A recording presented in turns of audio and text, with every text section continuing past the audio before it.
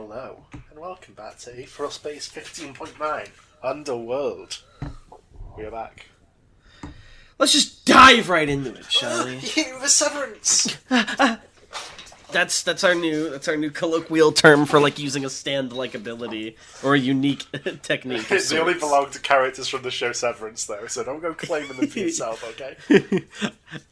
I am simply a Gog. That is the name of my Severance.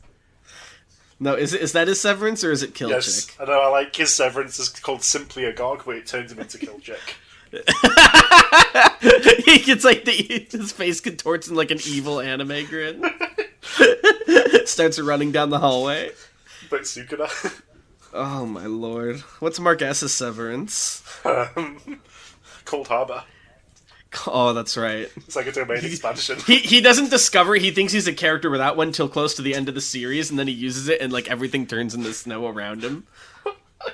Kobal's like, so you changed the battlefield, so what? I did more than that. Is Ether Mill another domain? Yeah, the battling is supposed to. Well, we're not talking about Severance in our JJK filter. We're talking about Aetheral Space today. Yeah, sorry. The ship was coming down. It had been obvious from the moment they'd been struck by the first strike of lightning. Amantha had tried to hack into the comms to warn them, but unfortunately their security had been too good. That was kinda ironic, she guessed, given that it had guaranteed their deaths. Their 10 seconds of leeway had come and gone in blissful ignorance. The starship, cylindrical like a long cigar flying through space, crashed down in the middle of the city, burying itself in the landscape like a new skyscraper. Already she could see blue electricity zipping and zapping around the hull. The weapon had come for them. Given the size of the vessel, it probably had a crew of 30 or so. Nothing to scoff at, but still. Amantha lifted the scope from her eye and raised her script to her mouth. Ah, shucks, she sighed. Yep, they're goners. Sam's voice came back. Already? Yep, Amantha Sun repeated. doesn't sound like that. Oh, Sam's voice came back. Already? Yep, Amantha repeated. They came down pretty hard, so they'll be disoriented, and the weapon's already trying to... Oh no, she's already broken in. Yeah, they're super dead. Damn it, Sam muttered. Keep an eye on her if you can. Let us know if she comes after us.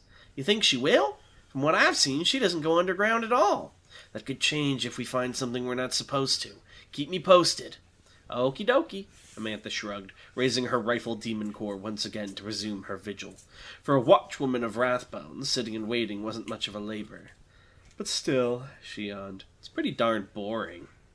Erica Del Set emerged. Lichgate's squeals of pain faded as she emerged from its wound, and immediately Erica left it behind, striding... Sorry. This will be, change in the... Hold on, yeah, keep going. Lichgate's squeals of pain faded as she emerged from its wound, and immediately Erica left it behind, striding through the tunnels beneath the Sed.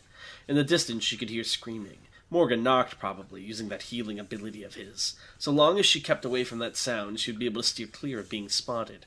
She passed Interloper on the way out. It might have looked at her. It was difficult to tell. Bop, bop, bop, it said. The words were like so many flies smashing themselves against the glass of Erica's mind. If anyone else had looked at the black blur Interloper, or listened to its speech, no doubt they'd have been on the ground twitching as their thoughts disintegrated. Not Erica. Erica was different. She calmly walked past it and into the web of tunnels proper. Within the Sed, there had been 3 branches of subjects. Splitters, maskers, and controllers. Even among them, there had been those who excelled. The foremost splitter had been Kachin, and the finest masker was Anatrice, with Penelope just a step behind. Erica was the perfect controller. She had complete and utter control over every aspect of her own consciousness. She had heard of martial artists with unparalleled control over their own body, able to control the beating of their own heart and the flowing of their own blood.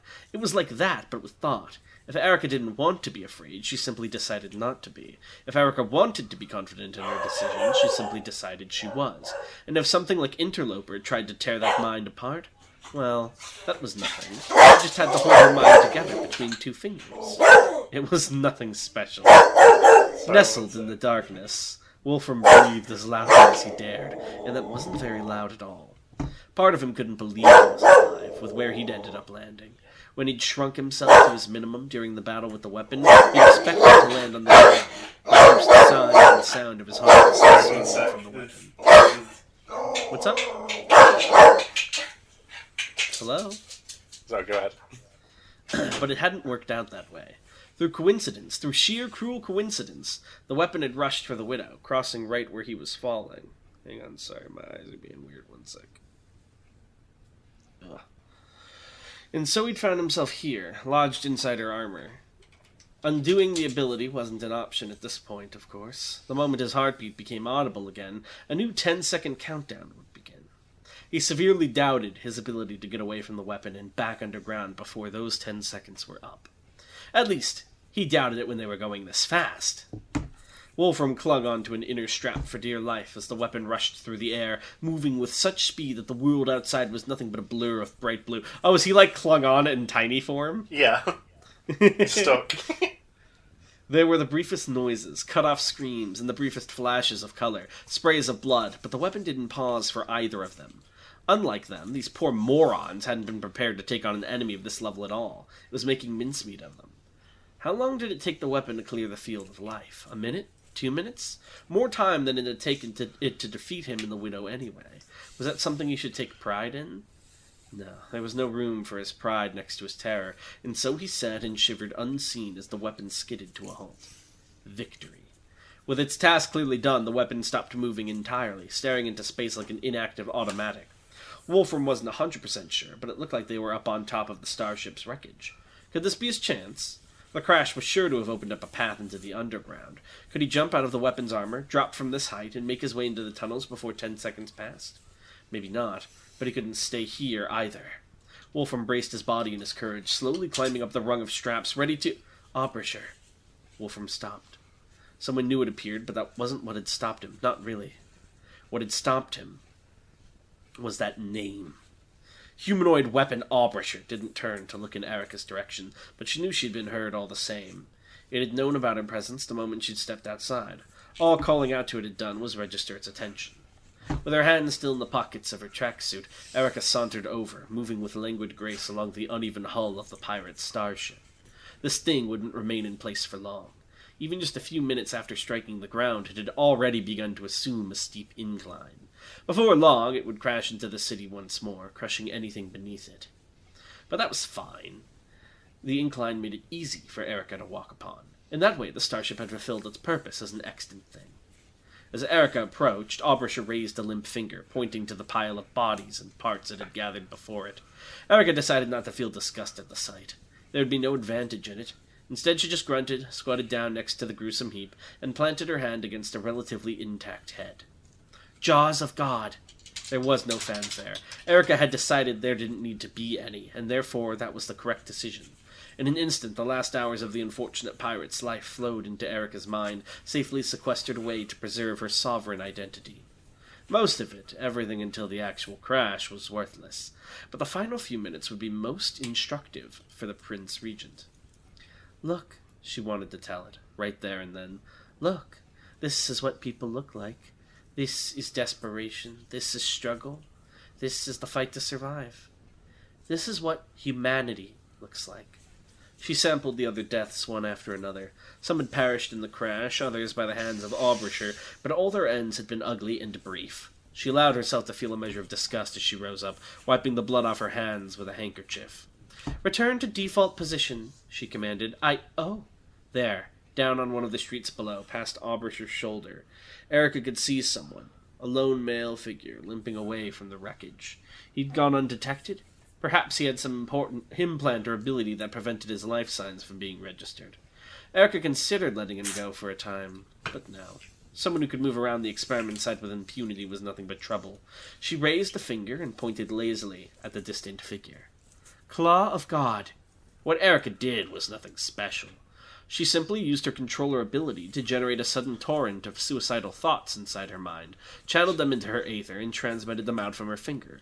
Control over her own mind was the basis of Erica's aether techniques, too. It was the sort of attack that moved at the speed of thought, mainly because it was a thought. Needless to say, the unfortunate man didn't dodge. Erica watched with mild interest as he came to a halt, dropped to his knees and began smashing his head against the road below. It wasn't that he was weak-minded or anything. It was just that very few people in this world could withstand the kind of raw despair Erica was capable of producing. Still, Erica thought as the man turned his face into a ruin, this could be educational too. And so she hopped off the building, proceeding leisurely to the man who was turning himself into a corpse just for her. "She awake?" asked a voice. Not Erica's voice. This was a human's voice. A boy's voice, too. Anatrice slowly opened her eyes. A low groan trickled out from her throat. Another unfamiliar ceiling. Was that guy that she made kill himself? Was that what's his name? I feel bad. The shrink kid? No. Okay. Why do I not remember his name all of a sudden? Wolfram, there it is. I kept wanting to call him Ram Lethal for some reason. Ram Lethal? Which is not it. That's the Guilty Gear girl, yeah. I don't know why. I was like, I know that's not it. What is his name? I did say his name, right? I didn't just call him he the whole chapter. No, you did say it at least once. My brain fucking stopped working for some reason. This wasn't the same place she'd woken up in before. It was a much larger room, not a sterile laboratory, but more like a communal sleeping quarters. Bunk beds, like the one Anatrice was lying in, lined the walls, and all around the room there were people. People with faces Anatrice recognized. It was difficult to remember names from the set, but Anatrice knew these faces. She knew the faces of the people playing a board game on the floor, she knew the faces of the guy looking out the window into space, and she knew the faces of the boy and girl looking at her. "She's awake," the boy, auburn-haired and dour, answered his own question. He was sitting on a stool next to the bed, and he'd clearly been watching Anatrice. A shudder went down her spine. The girl standing next to him blinked. She had pale blonde hair tied back into a pair of pigtails, and, oddly enough, what looked like a ventriloquist dummy of herself sitting on her shoulder. "Yep," she said sweetly. "I can see that, moron!" the puppet barked, wooden jaw slamming up and down ferociously. Anatrice backed up in her bed, pulling the sheet with her, and the blonde girl raised a hand to try and calm her. Sorry, the girl apologized. It's just a thing I've got. I didn't mean to frighten you." The puppet's glass eyes spun in their sockets. "Why?" it croaked. "Another idiot I need to explain this to! Just my luck!" "Shut up!" the girl hissed, planting a hand over the puppet's mouth to muffle its next insults. My name's Marianne. Marianne Del said. How about you?" Anatrice's eyes flicked between Marianne and her flailing puppet for just a few seconds before she answered. "Anatrice. I'm Anatrice." "Did Erica grab you too?" the boy asked, almost bored, hand resting on his chin. "Don't be rude!" Marianne and her puppet barked in unison. The boy rolled his eyes. "Harry Del said," he said, offering a limp hand. "You don't talk much, huh?" Anatrice went to accept the handshake, but Harry had already given up on it. "Well," she mumbled, "I mean, I don't really get what's going on. Erica brought you here too?" Harry raised an unamused eyebrow. "That's what I just asked you." "Don't be mean," Marianne said. "She's just confused." "Ugh!" the puppet snarled. "I can't stand this guy! Can't he just fuck off and leave us alone?" I'm reading this in the voice you do when you do your, crash out little thing. This is my therapist be like. Yeah. You only do your crash out thing. You know that thing you do where you just, pretend to blow up? Yeah. It's just that. "Nice to hear how you really feel," Harry said, deadpan. As Marianne wrestled with her puppet, trying in vain to stop it from getting its words out, Anatrice took the opportunity to get her bearings. Judging from the situation, and what Erica had said back in that room, they must still be on the Thinker's Common. She said she'd been gathering the survivors of the Sed. That was what Anatrice was looking at right now. "I'm telling her the truth, and showing her the last chapter of humanity, just as I did for all the rest." A thought occurred. Like an idiot, Anatrice had let herself fall unconscious before Erica's explanation of everything was even finished. But maybe these guys... "Hey," she spoke up, cutting off the three-way argument. I've got a question." Marianne turned to look at her. "Yeah?" she asked kindly. "What?" the puppet spat. Anatrice took a deep breath. "When Erica brought you here, and she took you to that room with the vat and the red thing, do you remember what it was Her words trailed off as she saw the obvious confusion on the two faces before her. "What room?" Harry asked. "Huh?" "You're sure this is the way?" Set asked, blue eyes flicking around warily as they descended through the tunnels. No, Serena replied, but this is the way down to the deepest part. If they're hiding something, I bet it'll be down here. The four of them, Serena, Sam, Alcera, and Morgan, were slowly stalking their way through the web of tunnels that ran beneath the Sed's testing site. For the most part, they'd found nothing. Just the skittering of unseen legs and the gleaming of distant eyes. Once, Morgan had had to cut down a diminutive aether awakening, but that had been it. Alcera tapped Set's shoulder and whispered something in his ear. Alcera wants to be sure, he said a moment later. You really don't want to wait for Blaine? She can find her way back, Serena said simply. You understand that's only if she can find her way back, Serena insisted. Besides, Serena knew Ruth. That headstrong girl wouldn't forgive herself if she thought the others had put themselves in danger just to wait for her. No, she'd be happiest jumping into the fray at the last minute, tearing the scene to shreds with those reckless claws of her. Right, Bruno? There was no response. Bruno was still buried deep. Serena could have kicked herself. How could she not have noticed him hiding himself away like that? What had she expected, dragging him back to the Sed like this, back to the blackest days of their childhoods? Don't worry, Bruno, Serena clenched her fists. If you can hear me, I'm getting us out of here. Suddenly, Sam skidded to a stop, throwing his arm out to block the others. Serena nearly walked right into him, stumbling as she regained her balance on the steep incline. Hey, she complained, turning to him. Watch what you're... Her voice trailed off as soon as she saw the look on the precognitive's face.